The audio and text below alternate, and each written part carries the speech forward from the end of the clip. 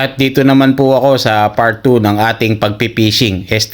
Ako lang po pala. Bali dito nga po ako mangingisda o magpipishing sa pinakadaanan po nila. Ano bang tawag dyan mga bossing? Paki-comment naman dito. Or sa parang pinaka-hallway, yung pinagbababaan po ng mga mini boat na papunta po dito sa Josbon Dike.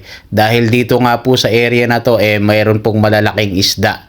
Itatry ko nga po dito kung mangisda dahil kung napansin nyo po yung mga nakakaraang vlog ko po dito po yung maraming isda po na mga pagala-gala po. Diyan nga po mismo sa tulay po na yan naninirahan dito po sa ilalim na yan. Yan po yung mga isda po na yan. Pinapakain nga po nila yan pero tetestingin nga po natin na hulihin.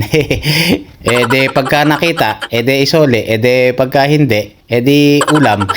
At dahil nga meron akong pulis na nakita dun po na nakabantay dun sa pinaka entry po na yon, hindi na po ako dun tumuloy.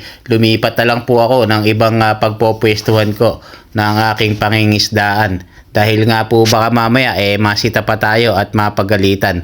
Dahil ayan nga po yung pinaka-patrol dito nagbabantay po. Dahil nga minsan nakita ko sila ang nagpapakain mismo doon sa mga isda na yon.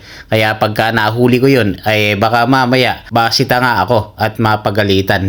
Mahirap. Kaya nga po dito na ako nag-fishing sa pinakadulo po ng pag-iisdaan ko nga po. At initsa ko lang po dyan yung ating pang-fishing dahil maganda nga po rito mga isda at hindi po ganong maraming seaweed. At habang hinihintay nga po natin na makahuli or naghihintay tayo doon sa ating pagpipishingan. Ito, nainom na po muna ako ng alak. At napansin ko nga, medyo natangay po yung aking pang-fishing. Kaya naman ito, akala ko may huli na. At nung hinahatak ko nga, ayun pala, nasabit. Kaya naman po nilapitan ko na yun para po alisin dahil nga po nasabit. Kaya alisin ko po doon sa pinakasabit po na bato. Buti na lang po, medyo mababaw at abot ko pa. Dahil yung tinutungtungan ko po na yan, yung pinakamalaking bato, doon po mismo sumabit. At pagka alis ko nga po ng sabit, ito, iitsa ko naman po doon sa kabilang side, sa malalim, sa ibang area. At habang hinihintay ko nga po na mamingwit, ito, dito na nga po ako tumuloy na mag-inom dito po sa bandang gilid. At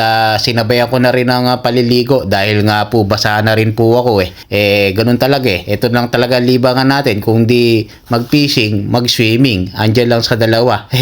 Para hindi tayo maboring. At dahil nga po medyo nainip na rin po ako mag-iisang oras na rin po ako naghihintay dito ala pang nakagat. Kaya yun, nalipat na naman po ako ng ibang pwesto. Doon nga po sa pinakita ko po sa inyong una kong vlog sa may pinakakubo dahil maganda nga yung pwesto.